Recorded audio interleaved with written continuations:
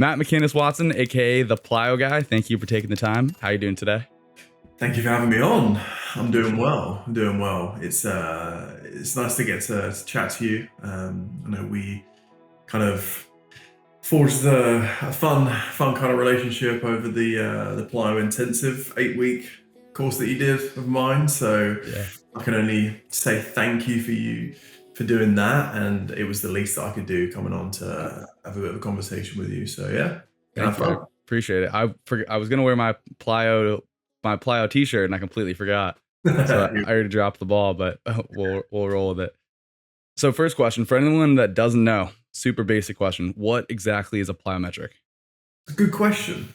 It's a good question because it still floats around the industry. Like there's no right or wrong answer. I think there's just what you arrive at as a coach or trainer or physical therapist. And my arrival, which hasn't really changed now for probably 10 years, is a fast movement that has a landing and takeoff sequence in it that also aims to propel the body. So if you aren't really moving your center of mass, so I just think about, I don't know if you're old enough. Do you remember in the arcades, the old dance mat machines? Yeah. Okay. So your center of mass stays in the same spot, right? And your feet, they move forward, sideways, backwards. That isn't a plyometric because you're not shifting your center of mass. You're just shifting your foot out to the side, forwards, or behind you at speed, and then reorientating them back into the center.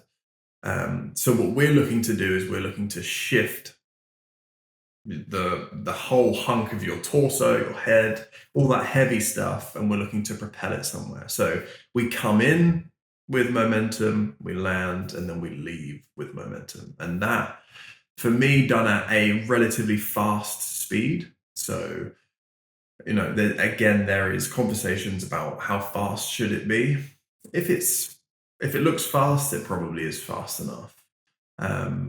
If you want to get down to the nitty gritty stuff, then you're looking at movement that I would probably say probably needs to be below 0.2 of a second, which if anyone doesn't know what that is, in like, what does that look like? Well, blink your eyes and it's faster than that. I like that.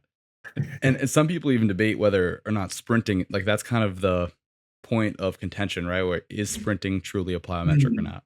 Yeah, I think since we've got to understand the forces that you handle when you sprint, and it has a landing and it has a takeoff and it's very propulsive, it tends to become pretty plyometric. And the specific sprinting that we're talking about in regards to plyometrics would probably be more upright sprinting or max velocity. So out of acceleration, you're now standing upright and you're now hitting the ground and propelling forward. The acceleration stuff might be a little bit slower than a plyometric contact, but actually not that much slower. It's still pretty fast, but you just see much deeper joint angles, which therefore might not, make it so plyometric. Yeah. Is in the acceleration, it's going to be like a little bit more muscular driven versus probably once you Yes. get to that max acceleration or max velocity point, it's going to be more of that Yeah, rhythmical pop. exactly. Yeah. You know what the internet needs? We need some more like ASMR videos of you and your athlete just doing off the ground. Yeah. Like Yeah. someone could have taken that sound the very wrong way, but you knew what I meant from the mentorship. Just that beautiful plyometric sound of the feet contacting onto the ground. Yeah, it's you can tell someone's never really experienced like coaching athletes like a lot, and like their auditory kind of coaching ability when they don't recognize like that what a crisp plyometric should sound like. So it gives you a lot of feedback in terms of how you can then orientate like what they need to do or what movement you should prescribe them, whether the movement's too intense, whether it is, whether they just don't have the capacity to do the movement. So auditory stuff is really important. Yeah. So what was your introduction for anyone that doesn't know into plyometrics? Mm. So I was a I was a high jumper when I was an athlete, and um, or when I was a youngster, sorry. And I started high jumping at the age of, when was it? It would have been, I was 18. I may have done plyometrics before that. Who knows what I would have thought about it? Probably, it's just one of those things like, oh, I just do this. This is what the coach tells me to do. Because I used to play football before that. Sorry, basketball before that for 2 years. And then I played football, soccer from the ages of like 4 to 18. And right up until I started high jumping, and it crossed over at certain times. But I met my coach, Eric, who's been my mentor since 2009 now, and he just laid it all out. It probably wasn't introduced to us properly. So I started high jumping, I remember, in like June, July-ish. And then I didn't start like truly training for it until that September, when we have what's called just a typical track and field off season. And that would have been out on the grass. We would have gone through all of the tiers that we went through in terms of the Plus Pliers tier system, and we would have done hundreds and hundreds of landings. And that is like, if I take myself back to a specific training time, that is the one that I want to go back to, like, over and over and over again, because it's a nice time of year in the UK. Like, it's starting to get a little darker in the sort of times that we were training, but like still good weather, and we're out on the grass. You're off the track, so your legs aren't dying anymore of hard hitting landings. You get onto something a bit softer, and everything feels good. Everything was just about flow and rhythm, and that really was like, that was it. Then I didn't stop doing plyometrics. Well, we're still rolling now. Yeah. So that was my, and I mean, like, absolute, like, threw everything at us in terms of like what we could manage within the next like 4 or 5 years. So by 2014, we're 4 or 5 years in. We're doing what world-class athletes were doing at that point. So as a 23, 24-year-old, it just became this very developmental base of accumulating thousands of landings year on year. And like, when I reflect back on that as being an athlete, and look at it now as a coach, it's just something that I continue to look back at when someone says to me, like, I want to jump better in 12 weeks. And I'm like, cool, why don't you hang with me for 2 years, and we'll change the way that you move, like, forever. We will make you into truly someone that is that much more of a standout athlete. And it's what I observed. I was part of a training group that some of the kids that came in at 12 years old when I was like 18 ended up becoming multiple national champions, went on to represent GB in an international competition. And I was one of the worst athletes in our group in terms of like my competitive capacity. As I quickly moved out of being under 20 and then into a senior athlete by the time I was 22, 23. And yeah, I was doing nothing in comparison to the rest of my training group. And they were multi-eventers, high jumpers, long jumpers, triple jumpers, and they were winning everything. And it just showed what a good developmental system was doing when we did that sheer amount of plyometric work. So yeah, it was kind of my introduction, and it's what we've been, diving into ever since. That's awesome. So I know my first question is, I played basketball growing up. I was like that and lacrosse were my one and two sports. And in basketball, at least in the US, there's this kind of phenomenon that you either got hops or you don't.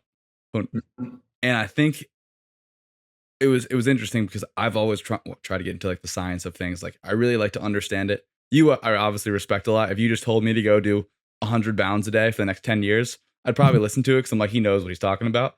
But for most people, I'm like, because they would say things like that, I'll just do calf raises, or all you have to do is skip. And I'd be like, dude, like, why? What does that make sense? And I love understanding, like, oh, this is actually going to increase your tendon stiffness and things like that. Mm. Has the track world just been leaps and bounds ahead of a lot of the other industries, let's say in terms of like basketball, that you actually can increase your vertical height and your tendon's Mm. ability to I don't want to say absorb, but absorb and disperse force, or create that Mm. stiffness so that you can improve your ability to translate force vertically or horizontally. Mm. So I think it's really hard to look at the comparisons of track and team sports. Let's say basketball is the perfect example, because whilst track and field have always had that time to develop people, like we have in the UK, we have from September to December as an off season. If you want to do the indoor season, you can, but if you don't want to, your outdoor season won't start till May. So you could have from September till May to work, which is unheard of in other sports. Like it just doesn't. So we as a community in the track community have had so much more time to deep dive into I mean, you can see an athlete season to season transform. Like they are a whole other athlete. And if you've got, let's say, like a 15-year-old guy, and the next year they're a 16-year-old guy, like they can look like they've gone from boy to a man, from like child to a beast, and like from the maturation and the physical development. So it's hard to beat down on team sports because you've got so much to work on strategically and technically. But at the same time, I think that there just has been a slow catch up, because track and field's been doing this since the 50s and 60s. The prime, I think, was the 70s and 80s, maybe from a little bit of help from the pharmaceutical world too. But I think also the use of drugs in performance enhancing drugs also pushed the envelope for people to be like, well, these guys are on drugs, we can literally throw the kitchen sink at them. And now we're like, cool, now we've got these methods that we can try and figure out a way to build athletes too, that were used by people that at that time were on performance enhancing drugs, which is pretty unique. I think it's almost needed as a period of time in our sport. So I do think that you do have to kind of take your hat off to team sports, because there is so much more complexity to what they're trying to achieve. So, maybe it was the case. Like, what do you have in basketball? You have there's a natural selection to all sports, but what is a statistic? If you stood like, I think it's 5 7-footers that are American, all in a line right now, one of them is currently in the NBA. So that's how much like height is dominated in that sport. So survival of the fittest. If you're a kid and you're 15 and you jump 35 inches, you're probably going to go far. Yeah. And if you don't, it's going to be a very, very difficult journey. And I think that you could do all the training in the world and you're still probably going to almost 100% of the time fail to make like a professional league, unless you're 6'10". So it's like, it of course can be changed. And it's always hard for me as a coach, because I could dunk a basketball from the first moment I tried to dunk a basketball. How do you speak to someone that's 5'11" that is just about grabbing the net? You're like, is it realistic, right? Yeah. Sure, it can be, but are you going to be windmilling in 12 months? No, you're not. It's going to take a whole transformation, but I think that's how it should be looked at. It's like, I'm a 15-year-old guy and I want to jump a lot higher. I want to stand out in terms of how I jump. What is my goal? Well, my goal by the time I'm 18 is to look like a whole different athlete, and not by the time I'm 16 or even 17.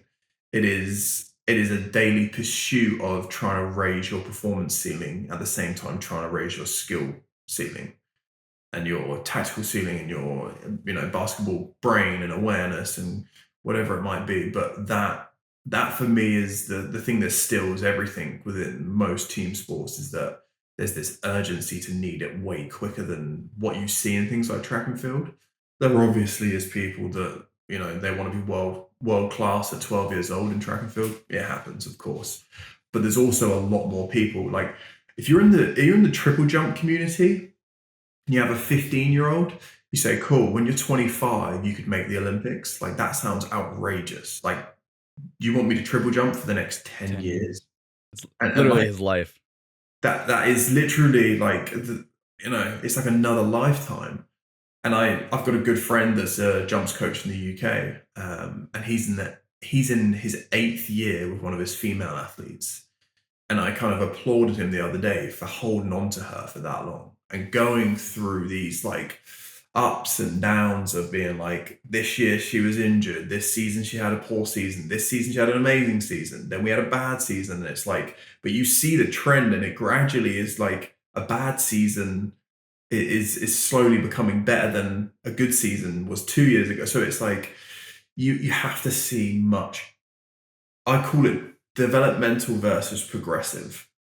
A developmental program is something that is trying to build the significance of the base of general training, whereas a progressive program is looking at developing the top of it. But then you have basically an inverted pyramid where you're on that teeter-totter of being like, well, if I get this wrong, there's not that much supportive base at the bottom of what we're trying to do. So injury is the first thing that comes in, and it often becomes that blocking performance ceiling for you, because you go, great, I'm in great shape, and then you injure yourself, and then you drop back down, and you have way too much swings up and down, rather than just small little wins and peaks and troughs. So I mean, it's obviously really tough to be in that situation where you're like, I just don't have that athletic capacity. But if you're a youngster, I think that you just have to look at it in a much longer format. And Yeah. unfortunately, it takes a mindset to do that as well. Yeah. It doesn't just take like, oh, I just need to do the training. No. It takes relentless months and years of stacking quality work. Yeah. I have a client, and this isn't abnormal by any means, but he says, yeah, I just gain muscle really slow. And I go, no, it is just very slow. And it's funny because now I'd imagine you have the patience that you didn't have as a kid to realize, okay, I can keep doing this plyos for the next 10 years. But as a kid, you have the time and the youthfulness to recover from all that stuff. But you're just like, I want it now. So it's always, you kind of want what you don't have. Yeah, I think if anything, the track and field world taught me a lot of patience as well. It really did. Like, it's the strangest thing. Like, I always look at myself and saying that I always was kind of a coach in my mindset as an athlete, and it probably hurt my athletic development. Well, not athletic development, sorry, but my competitive development, in terms of like my mindset probably destroyed what I could actually do athletically. Because you're just judging yourself kind of all the Yeah, I time. feel like I was a shoulda, woulda, coulda kind of guy, like, and I had a lot of people tell me that as well, which wasn't great. But I got to a stage where I mean, even like I just mentioned about training in like September through October, like I got to a stage where I romanticized about being away from competition and just getting in the trenches and stacking weeks on weeks on weeks. And that's not that common in athletes. Like, they just want to play. Yeah. They just want to like, you've heard the interviews with Allen Iverson. Like, he's like, I don't care. It's not like it. I don't care. I'm not going to talk about practice. Like, it doesn't matter. All I care about is the competition. And like the big winners in everything were people that just were savages in competition. And I was the opposite. Like, I kind of wanted to be hunkered down, and I wanted to be focused on that. But to have that mentality, I don't think is that common for youngsters. What do you think brought about that mentality? I think I just like the process.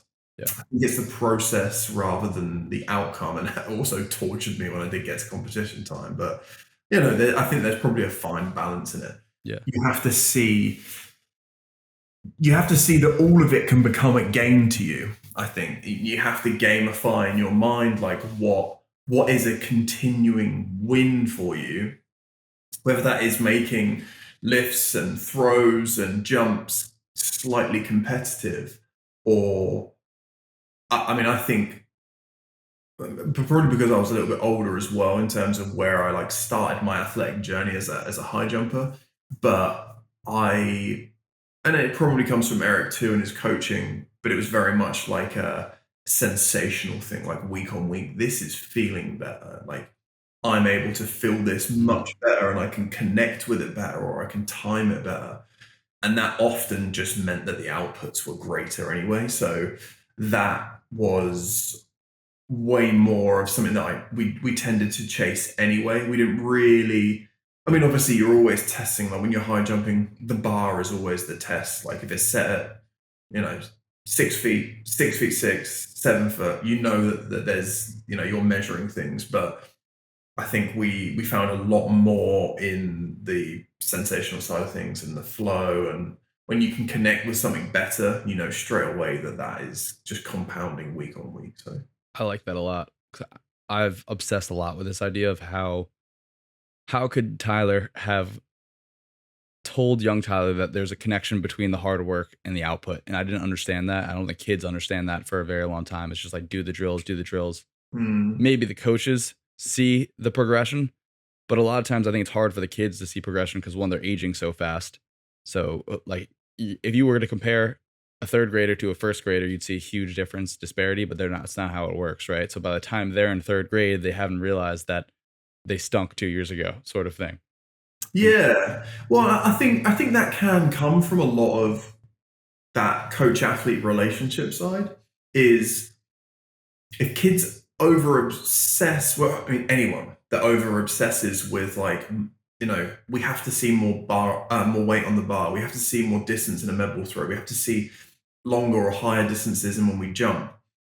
And actually, I think your conversation needs to flip to, even if we are measuring something cool, what changed and how you achieve that? And that relationship of communication is really valid in that I can get you to find those sensations and flow the next time we're trying to achieve something that is that higher output. Because you'll often get that, you just get that throwaway comment like, oh, when I jumped really well last week, it felt really easy, or I didn't do this, or I was able to do that. So like I just like to push on those conversations more.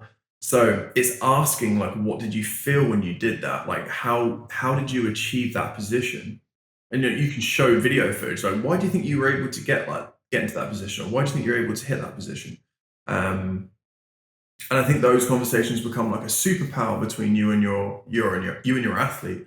Like especially for someone that like me that works in track and field, where athletic output is literally the name of the game. So you're looking to achieve those highest outputs or outcome goals, with high precision and the easiest strategy to get there. So it's like, how do we hone in on that, and how do we build that conversational kind of aspect to it? Because a lot of coaches are becoming very stand back sort of coaches, and they're like, let the environment dictate what's happening.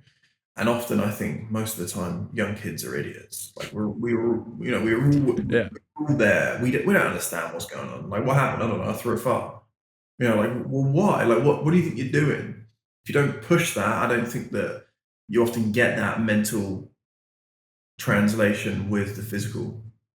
No, I'm hearing exactly what you're saying and been like, wow, I wish I had been cued to pay more attention to how did this feel? Because I think, like for me, my basketball shot always been broke, as they say in the US. Just not a good jump shot. Also didn't have much of a vertical jump either. But I think that cue of like, all right, how does this feel? When does it feel good? Trying to pay attention to that, replicate that, and driving attention towards, okay, objectively, you want to go into the basket, but you also want to be, shooting the shot, walking away, don't even look, you knew it went in. Like you should have that sensory component that it felt right in almost every sport, I would say. Well, and where do you always end up? You always end up in the sensory component being autonomy, and like it felt so good that you don't really remember how it felt, or like there was just complete flow to it. Yeah. Like as long as I get that connection, it comes out my wrist. Whatever you do with it, whether you snap your wrist, whether you just hold a position, whatever that is, once that's taken care of, it doesn't matter what finger it leaves. It doesn't matter the angle that I'm moving at. It doesn't matter whether I'm translating left or right or shifting backwards. If I've hit that position, the flow is there, and I know that the ball's going to be good. And that autonomous component is where we all want to get to. You don't want to, every time you shoot, you don't want to be like, God, that feels terrible. And because 99% of the time it's probably not going to give you the outcome that you want, right? Yeah. Or even as you may have been guilty of, like overanalyze, oh, my elbow is 3 degrees too high. It's all BS. Yeah. As an athlete, you don't need to know that. You just need to know why it felt good, how it felt good, and just hone on that. Have you ever read The Art of Learning by Joshua Weekins? I don't think I have, no. Okay. Phenomenal book. Highly recommend it. He was like chess prodigy, became jiu-jitsu black belt. He was on Huberman and a bunch of other podcasts recently, but I read his books a few years ago. And he has this quote in the book: "It is rarely a mysterious technique that drives us to the top, but rather a profound mastery of what may well be a basic skill set. In the end, mastery involves discovering the most resonant information and integrating it so deeply and fully it disappears and allows us to fly free." I get chills every time. Like, that is just like, it's not like, I always say this, like LeBron James and I, not that we're comparable in any way, but like there's not that huge difference in skill set. He just has, obviously there is, but like it's the marginal difference that just, he doesn't have to think about dribbling the ball or how he's going to shoot. So he can just take in that much more information at a given time. Yeah. And obviously that allows him to play that much better. Obviously I can't compare our 3-point or any of our skills realistically, but between him and like the worst NBA players, there's just like small differences that make huge shift. Well, in a complex game like that, you know, you've got 1,000 moves that you can do in 1,000 different situations. And if mine is 0.01% better in every single one than yours is, it's just compounding in terms of how much more of a dominance. And then you add his height, his stature, his athletic ability, and it very much is like that quote said. It's simple things done so well that it becomes a level of mastery that allows for autonomy to happen.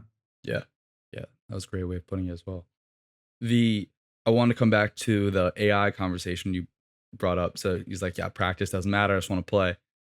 What I find really interesting about that, and looking back on my basketball career, is that some athletes, like we didn't do any plyos pretty much if it wasn't in the game, which to me, looking back now, is kind of crazy. But for AI, that was more than enough, right?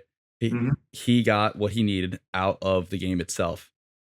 Why do you think? And you would think, obviously, like you're looking at him, he's like, why he doesn't need to practice because he's getting all the input he needs to be who he was. Because through the game itself, through competition, if you had to make a broad speculation, why do you think some people need some more specific stimulus versus some people can just get it through the game itself?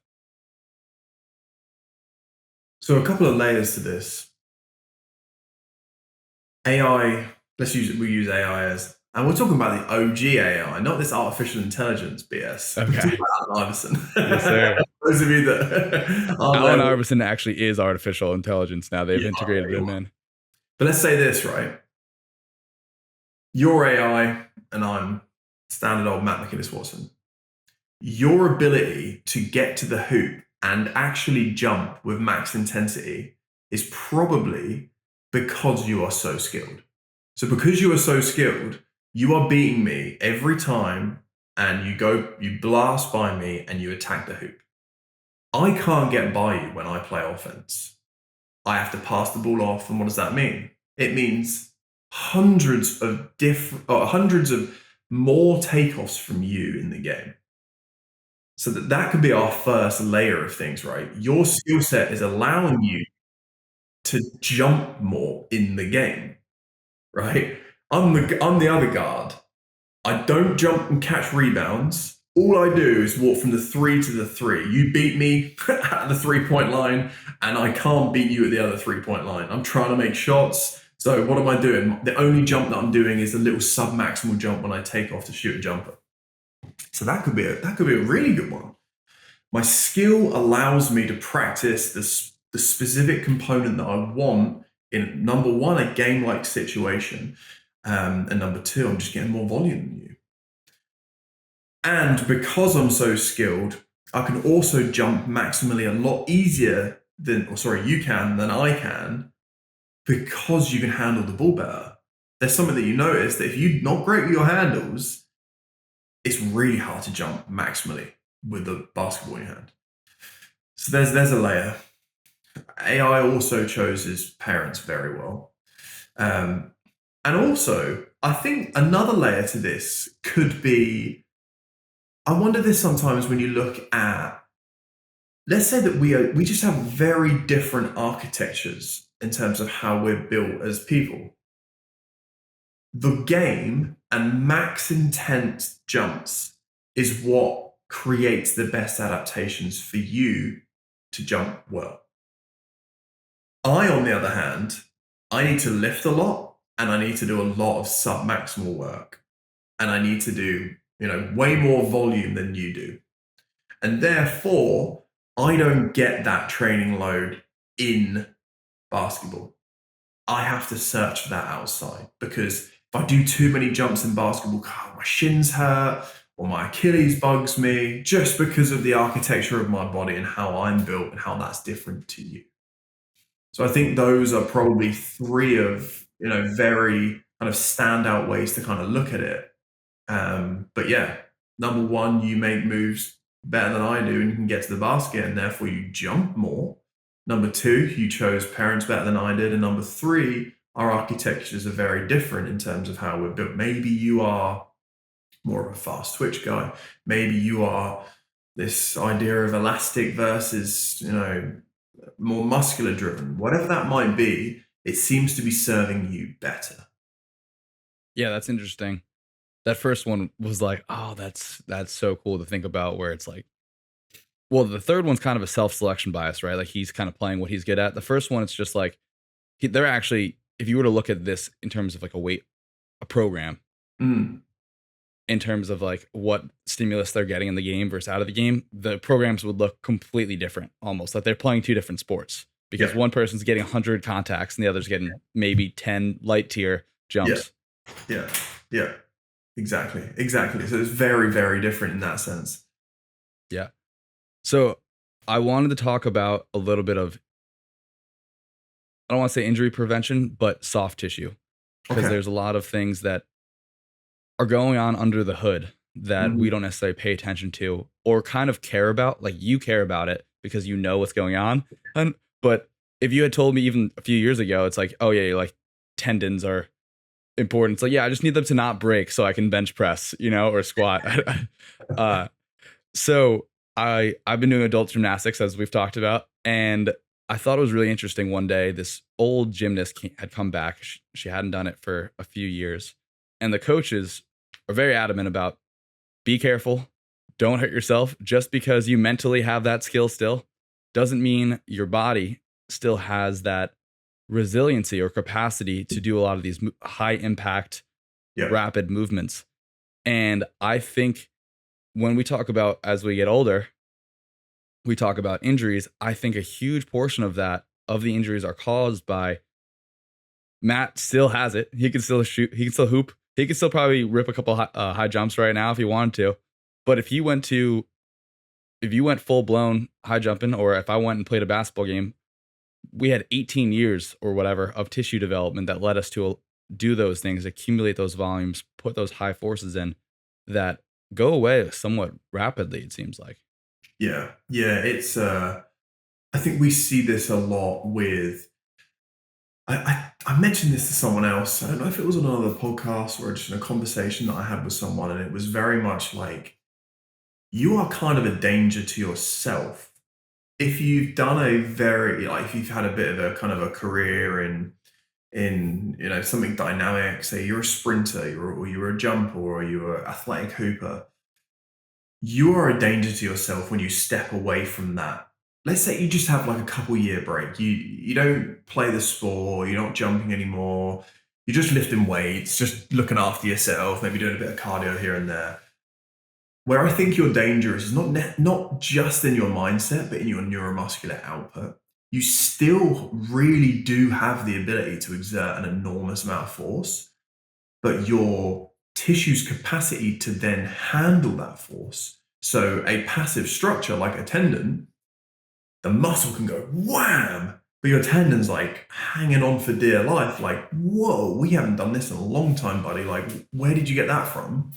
That I think is one of the most dangerous factors. Now, obviously, there's all these other components. You know, if you go to a Ninja Warrior place and there's a great big half pipe that people try and climb, there's so many Achilles ruptures in those, and it's because like, cool, you just haven't been exposed to that force at that angle in too long. But also, like right now, I am constantly up and in and out of like picking up finer detail injuries, and it's because I'm too lazy to do all the extensive work that I should be doing, and all I want to do is do the high output fun stuff. And sometimes you have to step back, and I have to do the voluminous work just to make sure that my Achilles has the capacity, my groins have the capacity, my hip flexors have the capacity, hamstrings have the capacity, knees have the ability to, take load. And yeah, you're just a danger to yourself in terms of what you still can do neuromuscularly, I think, and what the damaging effects then are after it.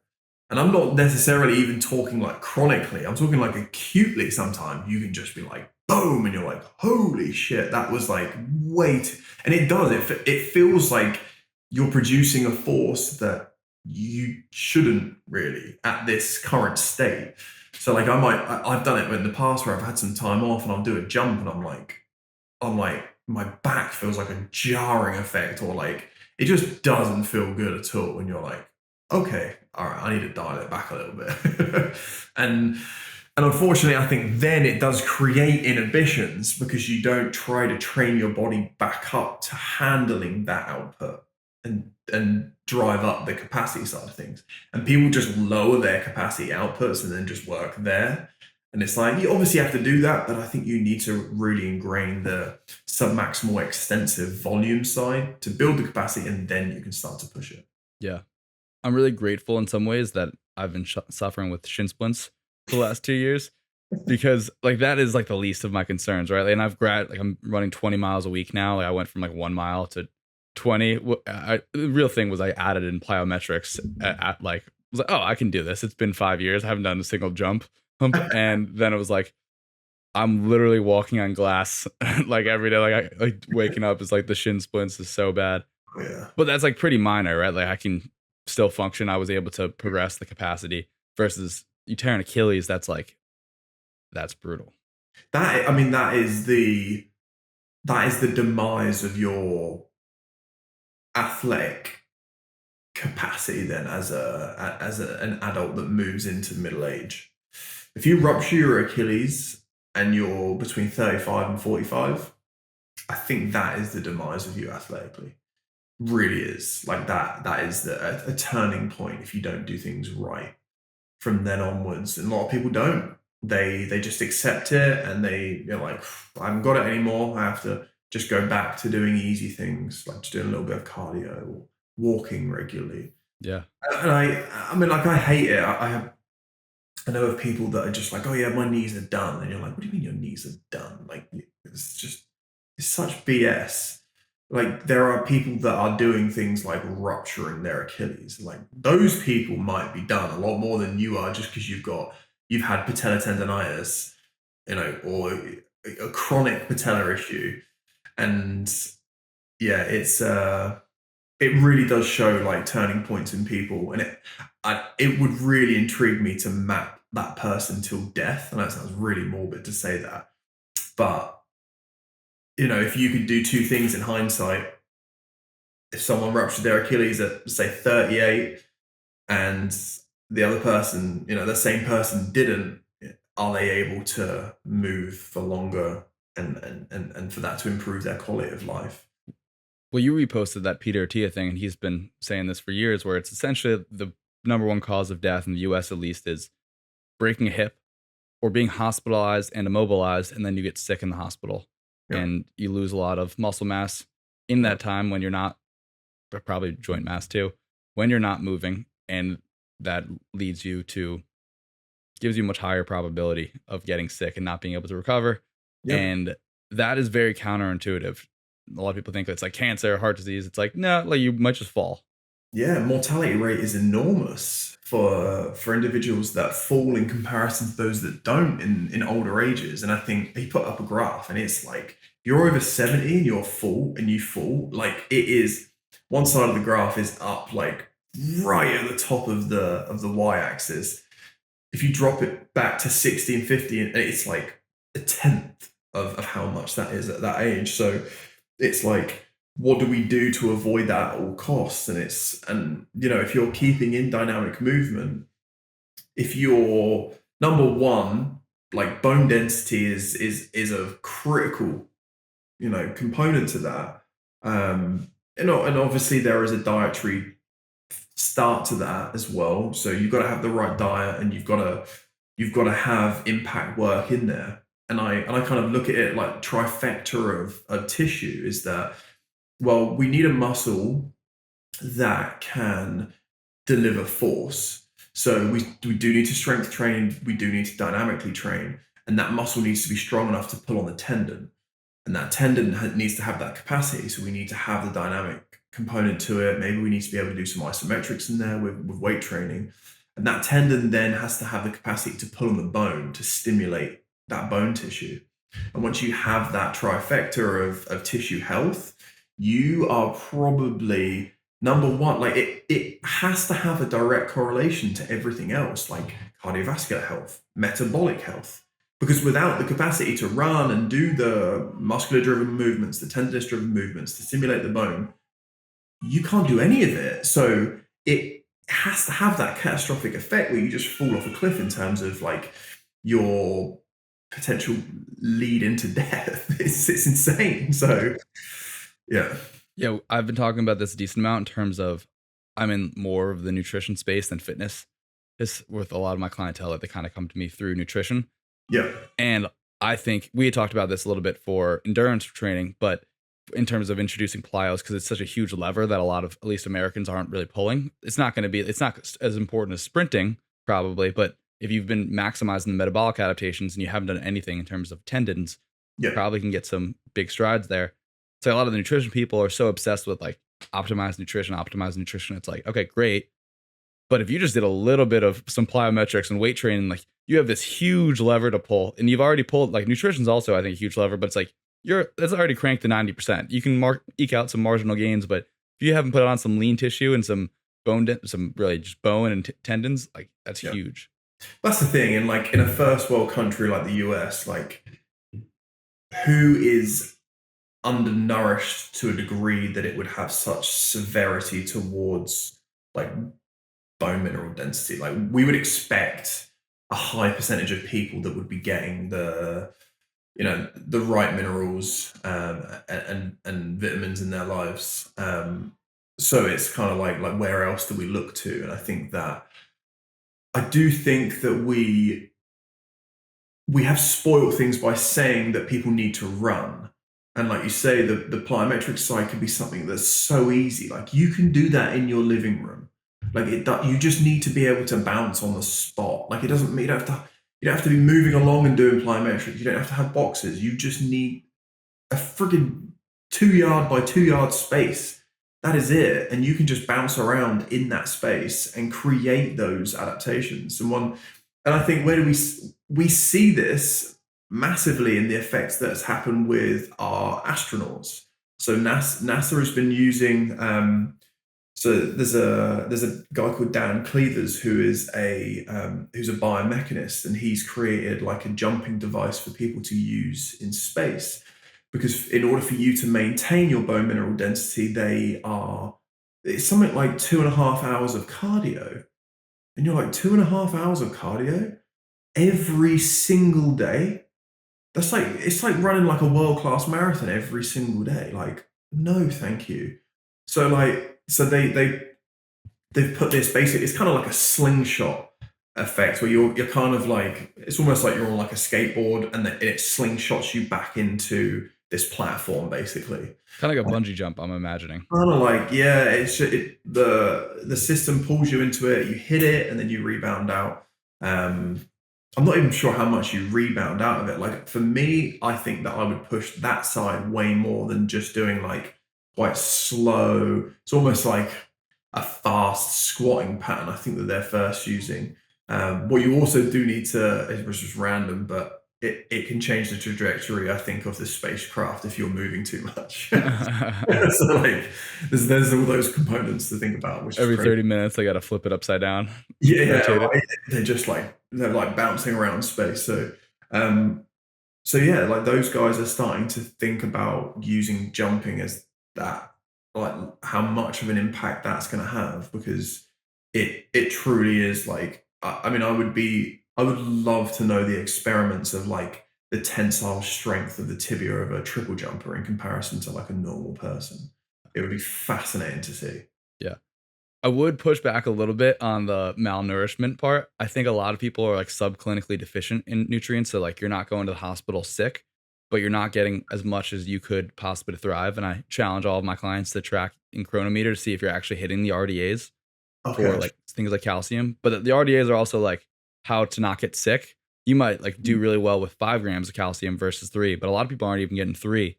So Interesting. You're the man for that. I'm not the yeah, man. no, you're good. You're good. I just had to put it out there. But so I would love to harp on this for a second, and I could run on it, but I will let you do the pleasure.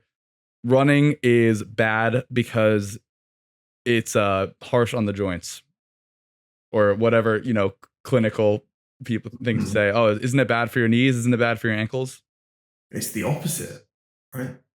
Running is great for your joints. Running is what makes your joints operate in the way that they should operate. Your joints should absorb enormous amounts of force and use it to propel yourself along. We are humans that are built to run and move and deflect. We aren't necessarily meant to squat. Not really. We, as humans, if we didn't have the calories that we have day to day, we would all be very slender and lean. We would not be big, bulky people. We would be very elastic and bouncy in a way that would afford us to locomote through forests and stuff very effectively. And that is literally the ability to land and take off continually, which is running. So to maximize your joint health, you just need the right amount of running in your life. So if you're someone that's 50 and you sit on a couch all day and you don't run and you haven't run in 15 years, yes, running is going to kill your joints. But there is a journey that you can go on to get to a point where running will therapeutically make your joints feel great. You need to maximize the amount of like fluid flow through your joints as well. That goes from the tendon structures. Like tendons like to be lubricated because that is the thing that ultimately ruptures our tendons, is the inadequate use of a tendon. And to use a tendon, you need to move fast. So you need to run or you need to do something dynamic. And if you don't, the tendon doesn't become lubricated and glide and slide effectively. So the collagen becomes way more brittle. And that's what ruptures a tendon. That's what makes it feel like your knee is, just in a world of pain, because you're not allowing there to be a fluid in there that continually has to replace itself. And if it's not, it literally is gonna feel like you're just drying up. You are drying up and getting old. And unfortunately, there's also that chronic dehydration in older age people too, right? In terms of nutritional deficiency, I think there's like a massive issue with that in the UK, is that we have, like, if I think about like my grandparents and even like my parents' age getting into 60s and 70s, is that they underhydrate. They live off of drinking British tea. And it's like that in itself is a component of why their joints will feel like shit. So we need running. We need landings and takeoffs to stimulate the things around our joints. And everyone assumes that our joint is different to the rest of the tissue that runs along the bone. You're like, all right, there's a couple of things in there that might be slightly different, but other than that, it is just bone, it is just tendon, and it's just, okay, the ligaments might be slightly different, but it is just that. It's exactly that. And those three things need stimulation, not just standing. It needs for you to leave the ground and hit the ground. Yeah. I really want to dive into that, or not dive in, but like underscore that piece on like the capacity that you have right now, because I think a lot of issues run into, I've been running a lot. If I were to go run a marathon tomorrow, I'm gonna be banged up. Yeah. And I talked to a lot of people that are like, I could never run as much as you do. I was like, dude, I added a mile a week, basically every other week for a year. It's like, you just probably wouldn't do that, which is also fine. Yeah. Yeah. Do you remember those memes back in the day, like the Matt McInnes Watson starter pack kind of thing? What is the bad knee or bad joint starter pack in your opinion? So like lack of movement, like sitting on the couch, no plyometrics, probably not really the topic of today, but like a little bit of malnourishment. And what else do you think is like really in the opposite of that too? If we dive into like how would you rectify that?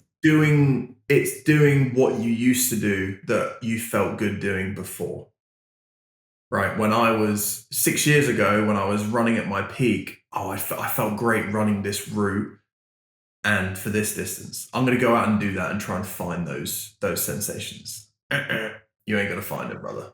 It ain't going to happen. I used to love this training session where I did this many sprints. I'm going to do that at this intensity. Don't go and do that.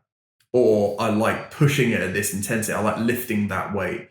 And we all have that, right? We all romanticize back to X, Y, and Z, but we can't. We have to go on a journey to get back to those sensations. And actually, some people are never going to get those sensations back. Like right now, like I can't believe how good 400 pounds feels on my back. You've been moving that. In comparison to what it felt like when I was a high jumper. And and it's trending higher and better right now. And I'm like, why? It's because I weigh 60 pounds more. I weighed 165 pounds at my athletic peak. And I'm 6'3". At 6'3", yeah. That is slender. And I'm long backed as well. Like I have a long torso. So squatting heavy at that kind of weight did not feel good. Right now, it feels it feels good. And it's because I'm just completely differently structured right now. So that's going to be the same for you, but in the flip, it's going to be the opposite. Like you weighed more than you did then. So running 10K now or running 5 miles now costs you X amount more because number one, you're fat. And you weigh 30 pounds more than you did. And you know what that means? Yeah. Is it means that every stride that you take at 3 times body weight is 90 pounds more every time you hit the ground. Now, if you go and run a 10K and you do 5,000 strides, do 5,000 times 90, that's how much more load you now have. Oh, and also you don't have the capacity because you haven't done it in 5 years. So that's how much more you're whooping your ass by doing that. Those are the sorts of thought processes you have to have before you go out and murder yourself. Which is like just doing the math real quick. That's like 5,000 times. We just do 100. That's 500,000 more pounds of force, right? Which is horrific. Yeah, a lot of it. So I think you have to say to yourself, I want to work out 4 times this week. What can I do to enable myself to work out 3 more times after this session? And how can I do this for 4 weeks? Yeah. So in the first 4 weeks of training, week 1, 2, 3, and 4 are the exact same. You don't need to increase your mileage. You don't need to increase the volume. You don't need to increase the intensity. It is just going to do that itself. From week 1 to week 4, you'll just run faster because it will be easier.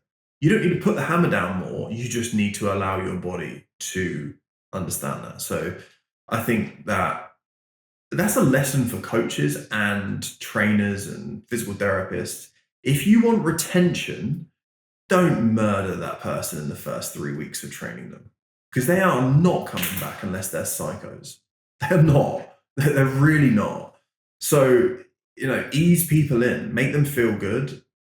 And it's the same if you're just thinking about yourself. Yeah. I'd also say it's like the opposite is what we were talking about before, where there's a huge sensory component. Now it's like you kind of want to ignore the sensory component because you might want to hit the wheels in the squat, but like you just shouldn't. Yep. Yeah. Yeah. It is. You have to have like an acclimatization phase.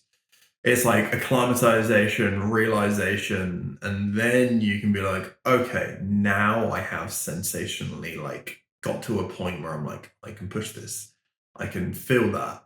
But for most of it, just let your body go through the motions of, I need to squat, therefore I just, squat down and push back up, and it's light on my back, but that's cool. We're going to get to a stage where we can handle, throwing a little bit more intensity into these things. Yeah. So for someone that has put on 30 pounds and needs to get some mileage going back on, what should they start with doing in terms of, maybe we'll get into your tier system a little bit and just slowly scaling that up? If you put on 30 pounds, light and deep tier is your main starting point. And you honestly can have, let's say that in a week, you need to do 200 light tier landings. So it's like, for anyone that doesn't know, like super repetitive, not very impactful, kind of like low tier skipping, very casual almost. Very easy in terms of the amount of force. There shouldn't be much height. You just keep it relatively quick on the ground, and it's just high repetitions. So yeah, 200 landings in a week can be, that's pretty high, but it could be less. But if you're doing 4 or 5 sessions, you could quite easily piece together those in sessions quite quickly. And then the deep tier stuff is going to be, it's going to kill you. It is going to give you DOMs from hell, but you will adapt from that. But it's not like, it's not accumulative in the way that it would be like going out and doing like 10 miles or something like that as you run. You can just monitor how that looks. So I would start with probably choosing 2 movements, and you're going to do 2 sets of each, and you can do that twice a week. That's going to start you off really well. All of these movements are going to be on 2 feet, from the light to the deep tier movements. And then the scalability factor comes in of just exploring a little bit. Okay, when I add 10 more landings here, how does my body feel? When I add an overall increase in volume week to week, how does my body feel? And can I ultimately just push the volume button and tweak that up before I do anything in terms of increasing intensity? And that should be your focus really for the first 4 to 6 weeks. Just eating out volume, allowing your body to deal with more, so that you can start to build capacity. And then from 4-6 weeks to 8 to 12 weeks, you are just drip feeding in intensity. You're bringing in maybe some unilateral movements. Maybe you're going to single leg stuff in the light tier. The deep tier can continue to do what it's doing. But ultimately, I don't think that it needs to really change that much in the deep tier. So yeah, I would drip feed in some unilateral stuff in the light tier. And then at 12 weeks, then you could introduce more submaximal movement, what we class as a medium tier. And that just builds and accumulates over time. Back to the starter pack conversation. Do you have a favorite deep tier and light tier exercise just to start people off? Yeah, so I like a light tier movement. You can do 2 of these, or one of these 2. I like a leaping pattern where it's a narrow to a wide stance, just in and out. People like that rhythm. Kind of like hopscotch a little bit. Yeah, kind of hopscotchy, yeah. And then the other one is like a crisscross leap. So your feet are crossing back and forth as you move forward. You can do these backwards, you can do them sideways. I don't really care. It's just getting accumulation of volume. And then split stance leaps are the movement that you want in deep tier. Get into a split stance position. Almost everyone can do a split stance position. Doing like a leaping position that's like a squat sometimes can be quite difficult for a couple of people in terms of just squat mobility. So split stance is great. We can hold a split stance movement. and oscillate in there and not fully leave the ground. We can do a full landing and takeoff action. I can front foot elevate it. I can rear foot elevate it. I can move multiple directions. And that's really where you want to go with exploring it.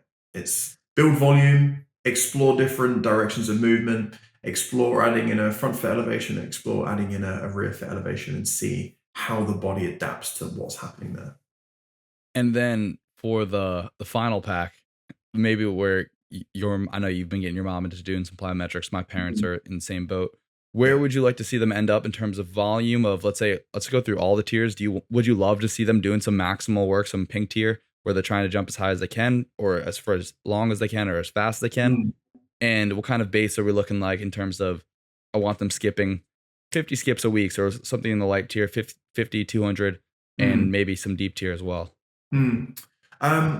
Okay, let's start with the light tier. So the light tier stuff is really going to be your bread and butter in terms of training, like cognitive, vestibular, proprioceptive awareness, and that really is going to be like highly correlating with like balance and capacity to like, oh, if I like stumble a little bit, I can put my foot back behind me. So that's going to be real. Like, it would be great if there's, you have an ability to do 300 of those a week. And I look at that kind of 3 sessions a week, and each session is going to have about 100 landings, which isn't a crazy amount of landings. Maybe 5 minutes, if that. Exactly. So I think that's a really good volume. And it doesn't need to be crazy, because what I think we need to understand is that, like, okay, more is better, but too much is just taking away from other elements that we could train. So higher outputs or some of the deep tier stuff. So, and then it's debating whether something is going to become maximal. So most of it's going to be sub-maximal. So the medium tier could look kind of like it's medium intensity, or it's a bit more than medium. It's kind of, we're getting close to sub-maximal, but we're not like flat out. And ultimately, I think that for me is, and you can include like skipping for a bit of height, skipping for a bit of distance in the medium tier if you wanted to. So again, that can realistically, I'd like to see like 300 of those eventually in a program. Now, we're not saying that has to be side by side with 300 light tier and 300 medium tier. Maybe when we're pushing the medium stuff, maybe the light comes down to 100 and the medium stuff goes up to 250. Doesn't all have to be like everything has to be maximum stacked on top of each other. So where I think I dream of seeing someone like my mum bounding, medium tier bounding, comfortable, boom, boom, boom, boom, boom. Can she do it? Can she do it laterally? Can she do some, slalom-based movements, crossovers? That's like the epitome for me. And Eric was hopping into his 70s. I'm not sure if he's hopping at the moment, but he has been hopping. Hopping never leaves the program. Never leaves the program. And you know what he used to do, which was a really big session for us when we were jumpers, is what we used to call stride hops. So you can do it. So it's kind of like we've done like a multi-movement, like combos of like hop, bound. Yeah. So you might go hop on one leg, bound across the other leg, hop on the other leg. Well, instead of the bound, it's like a running stride. So it would be like left, right, left, right. Or we'd go left, right, left, right. But when you move from one leg to the other, it's just really quick. Or we go right, left, right, left. We do all these different combination patterns, but number one, it's intense as hell. Number two, it's fast. That stride frequency is rapid. So that, I know that Eric did a lot of that. That was his sprint training that he used to do once or twice a week. He would do stride hops. That and sprinting hills, it's like epitome of athleticism for someone longevity wise. So yeah. Why hills? It's just, you are safer. You're not going to be popping hamstrings on a hill. And it because it is a bit more muscular, it's just like push. It's obviously probably going to be a bit more intense in terms of cardiovascular side of things. And it tends to be that when you run hills, they're quick recovery because you run up and then you just jog back down, and then you run up and then you jog back down. When you're running on flat, you might run and then it's like, oh no, I've got to trawl back all the way to where I started. But you just kind of fall back down the hill, right, off we go again. So there's also logistical, operational based stuff that I think just kind of fits quite well. So going back to, we spoke about light, spoke about medium. Again, you got to think about how you're going to get someone to doing more unilateral volume than you're doing bilateral, because it's going to serve you well. It is going to be a lot lower to start with, and that's fine. The bilateral volume might be a lot higher than the unilateral volume, but when we push the unilateral volume, bilateral volume's got to come down. And then when we're looking at the deep tier volume can be maybe around 150 deep tier landings. Again, it is going to depend on what that deep tier volume looks like. If it's oscillations, then it might be a little bit higher. If it is a mixture, if you're doing full deep tier landings, that can be a bit lower. Maybe it's closer to 80 or 100. Ultimately, you want a stimulus of this stuff. I like to see it 3 times a week if you can. 2 times can be enough, but 3 times would be great. Can I do it Monday, Wednesday, Saturday? That third session just gives you a little bit more recoverability. How does it fit in with the rest of my training? Maybe I like to run twice a week. Maybe one of them is fast, one of them is more tempo based. And when I say run, it could be whether you're a distance runner, whether you're looking to sprint. And again, sprinting is based on how fast you want to run as that individual. So it's not Usain Bolt, but I'm running fast, in my own opinion. And then do you mix that in with strength stuff? I think strength training you could put in twice a week and have plenty of work done there. Do you do it in and amongst what you're doing dynamically?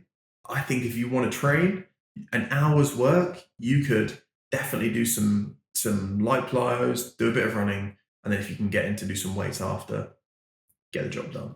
For sure. Yeah, I've been doing it a lot of the plyos, just 15-minute warm up before I go, and 45 minutes of weightlifting, maybe an hour of weightlifting, hour 15, done.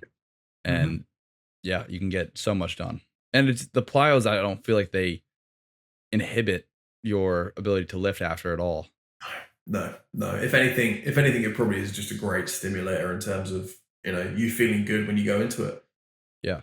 Is there anything else, you mentioned sprinting, that I know your longevity isn't necessarily your cup of tea, but you think people should be doing? Like, one thing I really like to have people do is just a max intensity jump, just to kind of develop that neural drive, the power still. So jump as high as you can.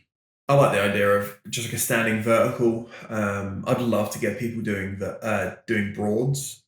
I just worry in terms of what that looks like in terms of the landing, because it can be pretty rough, like, and abrupt when you land in it. So could be you use the hill too there. You use the hill, exactly. I like the idea of, if you can, jump into like a sand pit or something like that, would be a cool idea. Why the sand? Just something soft, so you're not abruptly just like slamming into the ground every time you land on a broad jump. No one's focusing on that when you're just trying to jump far. If you're doing a broad like they do in like the combine, like the actual like name of that game is to land effectively. So you could do that if you wanted to, but you just want to chase like an output thing. I think that's a great one. I also like doing a couple of deep tier movements. So if you're in like a split stance, can you drop down and then just jump up as high as you can and then just land stiff? You don't have to land back in the deep tier, just down low. You do like a squat jump as high as you can, land nice tall position, so it's easier for you to control. Yeah. And then one question just more about developing maximal athleticism. Do all of the tiers scale? So do you want to see, like, for your athletes that you're working with, do you want to see them, the quantity of ping, medium, light, and deep continue to grow over time? Or does one of those kind of plateau? It's like, all right, we're hitting 500 light tier jumps. We don't really need to increase that anymore. It's not going to give us much more bang for our buck at this point. Yeah, they will plateau to a degree, and your job is to increase the output levels of what a medium tier movement would look like. And I think that's where you're going to get more bang for your buck. And then actually what then might happen is that you get to a degree where a max intent movement is far more damaging at this point. So you actually decrease the amount of volume that you do. Okay. So you're kind of And using these, as you mentioned, with the older population.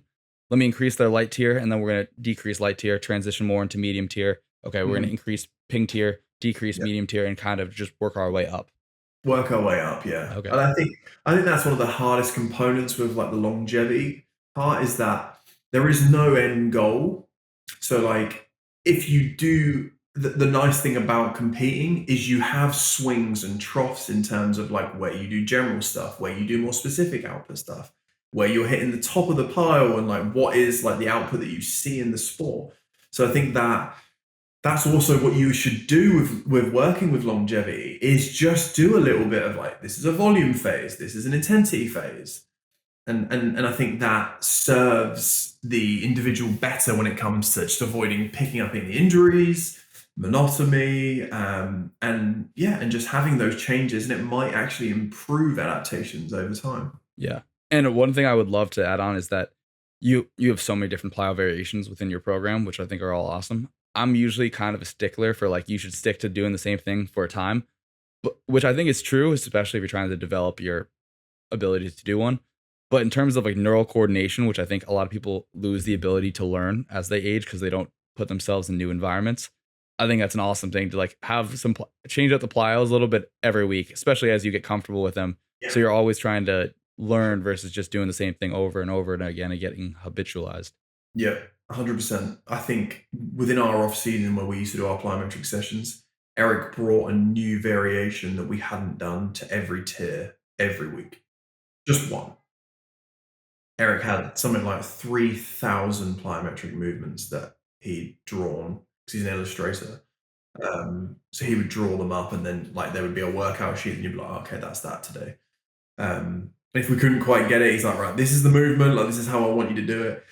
And Eric's favorite phrase was a takeoff is a takeoff, in that like although there is a variation to it, like a squat is still a squat. You're still folding and flexing and then extending out of it. A takeoff is a takeoff. You're still hitting the ground and then leaving the ground.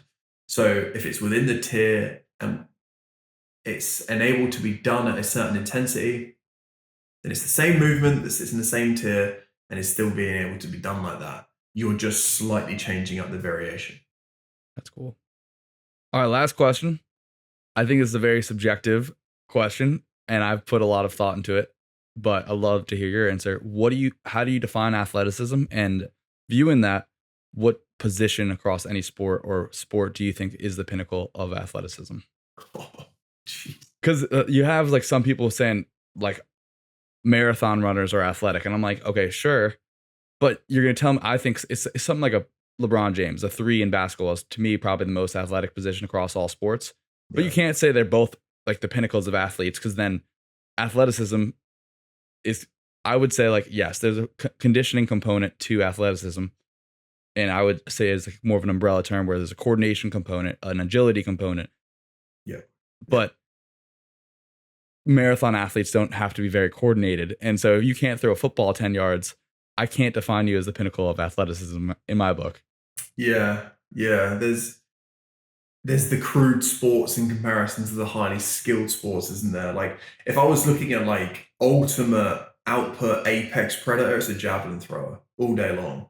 But like the pinnacle of athleticism, like a javelin thrower doesn't have to have like cardiovascular capacity. Not at all.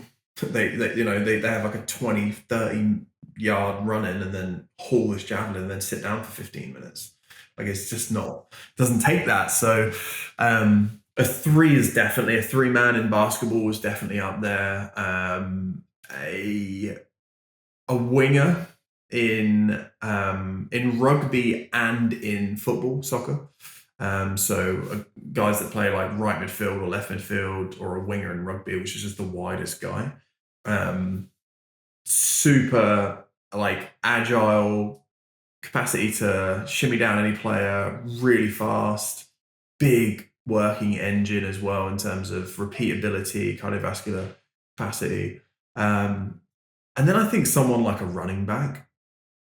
Like a running back football's difficult because obviously they don't have necessarily the cardiovascular levels that a basketball or a soccer player does, but like repeated sprint ability is ridiculous because it's just like go again, go again, go again.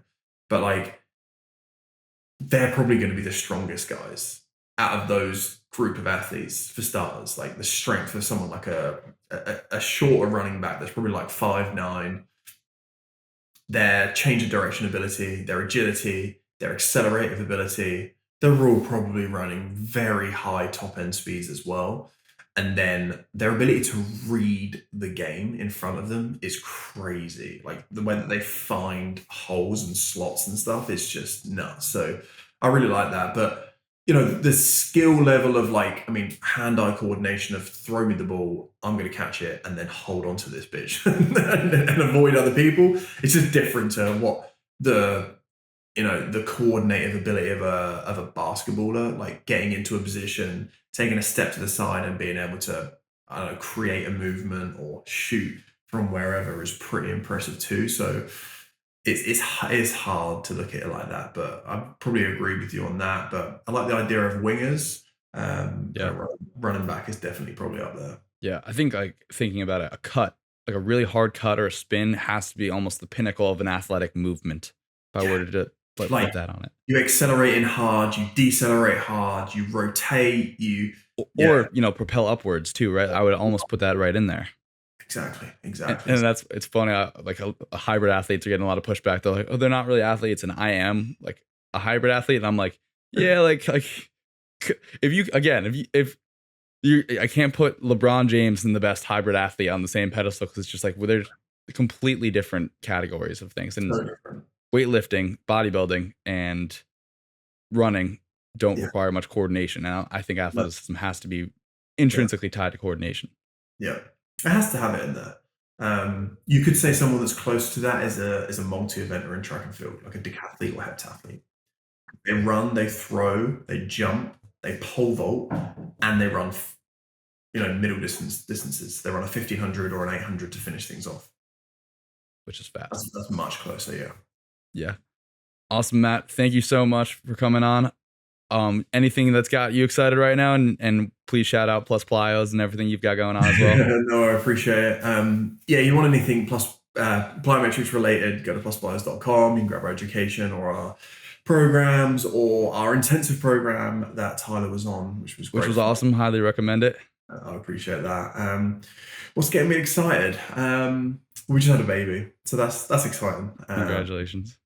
I think it's the two ends of the spectrum now, right? Like when you have children, you've got young children, you watch a human learn how to move, and then you watch them achieve movement, function, capacity, and you watch them learning. And then we as coaches, educators, whatever, we see this journey now of someone, and like we've spoken about all this movement longevity. It's like, how do we harness that and how do we hang on to it forever? And I think that all that middle stuff in between is really, really important. But it's kind of driving a bit more of a passion into teaching staff and realizing that like all my daughter wants to do is move athletically and dynamically. At what point in our lives do we just stop loving to do that, and why? Have you stopped loving to do that at all?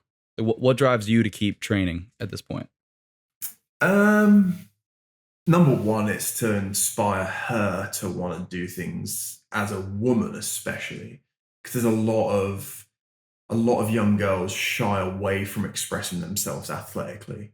They're very sub-maximal kind of athletes, and I find that like special ones that I've had the opportunity to work with have been ones that have nothing held back, no inhibition to just be outrightly like grunt and be ugly with it. And it's just like, oh, I just love it. And like my daughter has that now, like she's just doing things and she's just like giving it everything. And I'm like, what do we lose when we do that? So it's like, it's just showing her that it's just completely normal to be moving in a way that trains in that aspect. And then it's just, I don't know, man. I'm very different in terms, like I mentioned, in terms of how I'm built now. And I'm like, I'd like to drop a bit of weight and get to like maybe 205 to 210 and just be a bit heavier, but still do some pretty cool jumping things at a heavier weight and just kind of just show out maybe it's when I turn like 40-ish in the next 5 or 6 years. I'd like to be kind of back to a level of being like, it's pretty impressive. I'm pretty happy with that.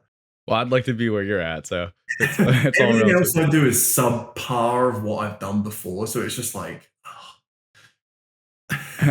I think that's a really interesting thing. I don't want to keep you for too long, but like, do you have any advice for that? I talked to Austin Current, who was basically turned IFBB pro at like 20, and this is a harsh question to ask, but I did ask it to him. It's like, how do you deal with everything you do going forward not being, you're not even striving to be at your best, right? He's not trying to step back on stage, so it's a different kind of animal, if you know what I mean, where it's just like you right now, for me, even I'm only 26, but like I'm still like, all right, I can still hit some new bests. I'm still like at my working towards my pinnacle. Yeah. You kind of have mentioned, and I don't mean to be harsh on it, with like you're not trying to reach a new pinnacle, maybe a new pinnacle at 200. Yeah. And maybe that's the secret. What is your secret for continuing to want to train and push? Often it's just pivoting on what you're trying to train for.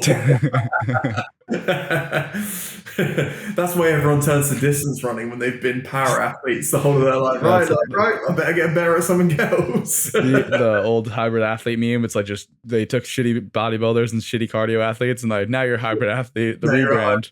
Exactly. So that's a good one, but yeah, I think that it's tough, man. It's really tough. Like, yeah, it's tough. It's tough. You just have to be realistic, and you have to understand certain things. Like, you do not have the ability to train at the same volume. And bro, like I do training sessions now, and I am written off for the rest of the day. Like it ruins my day sometimes. And I'm sat here working at the computer like this, just like the neuromuscular like deficiency that you have in comparison to what you will have had. I think personally it's been my biggest and hardest lesson to learn. And so less is way more now, way more. And I wasn't good when I was an athlete anyway. Like 4 training sessions a week was touching on too much for me. Other guys I trained with would go 6 days a week and they were fine. I was never that person. So now like 3 big training sessions a week is about me. And I say 3 is probably 2.5. So, but don't be deflated by that, because often you're like, oh, I'm still getting way stronger doing this. So like, that's fine. You still have the neuromuscular output, you just don't have the capacity. So realize that. And that's okay. Like, don't be dented by that. Like, just find passion in something else to do elsewhere. That's awesome. Awesome, Matt. Thank you so much for taking the time. I'll tag everything in the description. Matt McInnes Watson on, I think, everywhere. Yeah, pretty much. And we'll run it back sometime, hopefully in the future. Yeah, thank you for having me on, bro. It's been a pleasure. Have some good conversation. And yeah, hope listeners enjoyed it.